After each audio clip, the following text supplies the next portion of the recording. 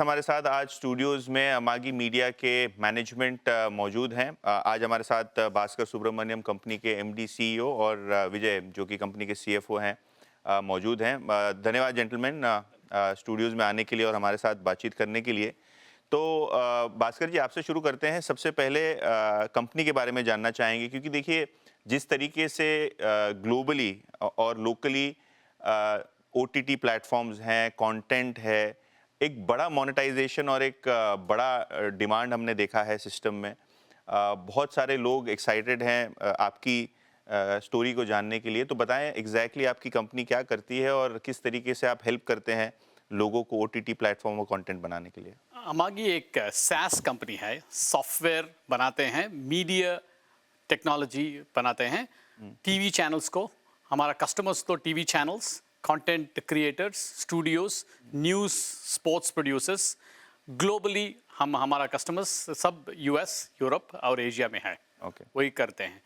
की ऑब्जेक्टिव्स हम क्या करते हैं उनके लिए, तो कंटेंट को ऑपरेट करने के लिए, मीडिया को ऑपरेट करने के लिए सब कुछ from camera to the TV screen, कोई भी बात ऑपरेशंस हो रहा है अब, वो तो हम क्लाउड में जाते हैं, अब सॉफ्टवेयर में करते हैं। That's number 1।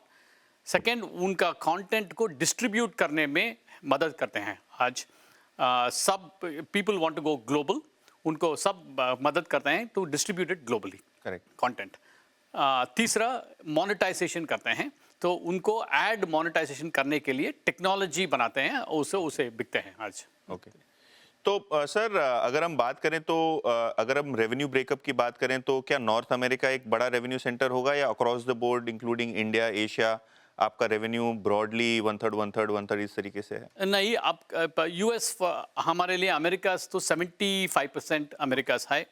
रफली 20% तो 20% तो ईमिया से आ रहा है, यूरोप से आ रहा है, और बाकी तो एशिया से आ रहा है। अब मार्केट्स भी तो बड़ा है। US में तो market, the biggest market, depth of the market, media market बड़ा है उसमें। इसीलिए हम US से फोकस शुरू किए। अब तो एक्सपैंड कर रहे हैं ग्लोबली। वही है। अब क्या आपको लगता है कि प्रॉफिटेबिलिटी वाइज फोकस मैनेजमेंट का एक प्रॉफिटेबल ग्रोथ की तरफ है? हाँ, बहुत है, क्योंकि हमारे हिसाब में ग्रोथ और प्रॉफिटेबिलिटी ट्रेड ऑफ नहीं है, वो को एग्जिस्टिंग है। अगर आपने देखेगा, आप देखोगे लास्ट 2 इयर्स हमने 30% ग्रो किया और हमारा एबिटा भी ऐसे ही ग्रो किया। सो हमारे लिए जब प्लानिंग करते हैं अंदर दोनों का इक्वल वेटेज देते हैं, अपॉर्चुनिस्टिकली इन्वेस्ट करते हैं ahead of the curve, but हम जहाँ कन्विक्शन है हम डबल डाउन करते हैं, और कॉस्ट स्ट्रक्चर्स में भी डिसिप्लिन्ड एग्जीक्यूशन होता है। करेक्ट। भास्कर जी, आर्टिफिशियल इंटेलिजेंस एक टॉपिक ऐसा है जहां लोगों को लगता है कि जो एग्जिस्टिंग कंपनीज बिजनेस करती हैं उसमें एक बड़ा चेंज आएगा। आर्टिफिशियल इंटेलिजेंस बहुत सारी चीज़ें अपने आप करने लगेगा, सॉफ्टवेयर्स की इतनी ज़रूरत नहीं पड़ेगी। तो क्या आप एक थ्रेट मानते हैं एआई को, एक अपॉर्चुनिटी मानते हैं, और करंटली आपके जो सिस्टम्स है उसमें किस तरीके से आप इनकॉर्पोरेट कर रहे हैं सारी चीज़ें? ये एक बड़ा अपॉर्चुनिटी है अमागी के लिए, और मीडिया बिजनेस अपॉर्चुनिटिकली चेंज करने के लिए है। आप देखो तो मीडिया बिजनेस में $1 आप टेक्नोलॉजी में डालोगे तो टिपिकली $4 तो ह्यूमन कॉस्ट में आ रहा है आज, राइट?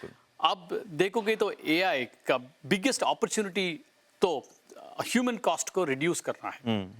वो शुरू हुआ है, ऑलरेडी शुरू हुआ है। अमागी इन्वेस्ट कर रहे हैं एआई में बिग टाइम, क्योंकि उसी से big opportunity for our own customers. तो मीडिया कंपनीज को उनका ROI बढ़ाना है, वही तो बिग फोकस है कंपनी में। आज एआई में बिग इन्वेस्टमेंट्स कर रहे हैं अभी।